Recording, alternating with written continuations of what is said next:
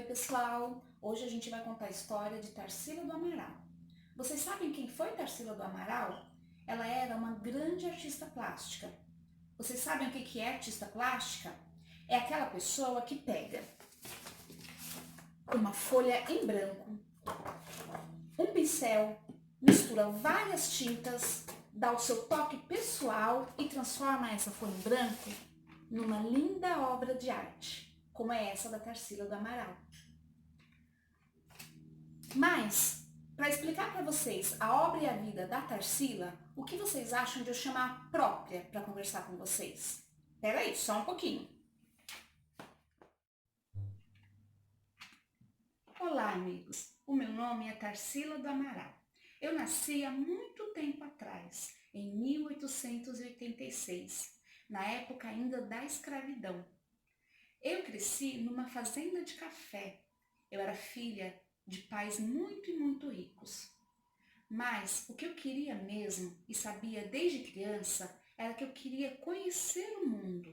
Apesar de ter nascido lá no interior de São Paulo, numa cidadezinha chamada Capivari. Eu era muito caipira, mas já tinha essa certeza. Eu queria ganhar o mundo, eu queria conhecer outros países e eu queria fazer arte. Esse quadro aqui, ó, Sagrado Coração de Jesus, eu pintei em 1904, quando eu tinha mais ou menos 16 a 18 anos de idade. E aí, pessoal, vocês gostaram do Sagrado Coração de Jesus que a Tarsila pintou? Foi a primeira obra dela. Olha como as cores eram fortes, o riscado era profundo, a coisa mais linda, né? Mas aconteceu que nessa época mais ou menos, a Tarsila foi obrigada a casar. Imagina só, foi obrigada a se casar com um homem que o seu pai escolheu. Ela não teve escolha, ela se casou. E sabe o que aconteceu em seguida? Peraí, eu vou chamar a própria Tarsila para continuar contando a história para vocês, tá bom? Então, amiguinhos, pintar de forma modernista naquela época era isso aqui, ó, misturar todas as cores e todas as formas. Aqui a gente tem a Torre Eiffel, que é o cartão postal lá de Paris, misturado com toda uma festa tipicamente brasileira, que é o carnaval. Olha as cores, os traços. Gente, não é apaixonante o modernismo?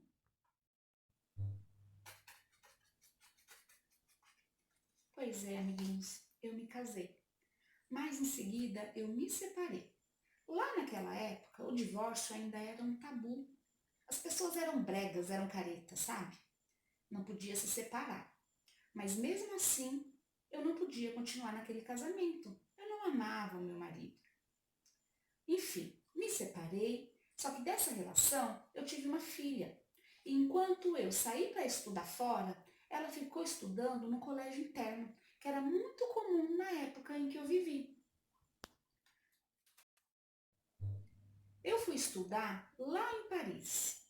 E lá eu me apaixonei por um movimento que se chamava modernista. Era um movimento através do qual a gente não precisava desenhar em formatos reais. A gente não precisava pincelar a sociedade como ela realmente é.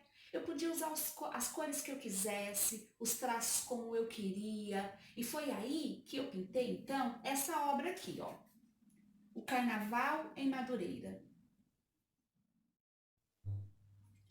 Pessoal, quando a Tarsila pintou o quadro Abapuru, todo mundo queria explicar os traços, o pé grande, a cabeça pequena, mas de todas as explicações, a que mais parecia cabível no momento era de que ela queria retratar o trabalho braçal, o trabalho principalmente dos escravos, que trabalhavam muito e usavam para isso os braços e as pernas. E a cabecinha pequena significava que eles pouco pensavam, que eles não tinham tempo para pensar, ou que eles não podiam opinar ou pensar a respeito do que acontecia em volta deles. Eles só tinham que trabalhar, trabalhar, trabalhar incansavelmente. Pessoal, foi aí que eu pintei então esse quadro aqui, ó, o Abapuru. O Abapuru eu pintei para dar de presente para o meu então marido. Porque eu me casei de novo e dessa vez eu me casei por amor, muito amor. e eu queria presenteá-lo no dia do seu aniversário. Então, eu fiz esse quadro. Quando ele olhou o quadro, ele ficou assustado, ele ficou sem reação, ele não sabia o que dizer, porque ele nunca tinha visto algo parecido. Foi uma mistura de sentimentos, mas tudo isso para o lado bom, porque o meu então esposo, Oswald de Andrade, amou o quadro e quis dar a ele um nome muito original. Foi aí que a gente pensou em consultar um dicionário tupi-guarani e lá achamos o nome Abapuru, que significava homem que come. Ligamos tudo isso ao movimento, aquele que a mocinha já falou para vocês, o antropofágico, e foi aí que a gente iniciou um marco nas artes do Brasil. Legal, né? A Tarsila explicou para vocês sobre o movimento modernista.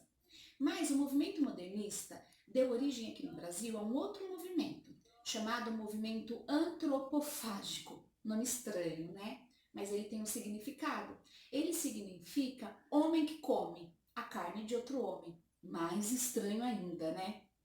Mas o que eles queriam dizer era que iriam fazer referência à arte. Porque até então no Brasil a gente só tinha artes europeias, artes vindas de outros países. E eles queriam era valorizar a cultura do Brasil.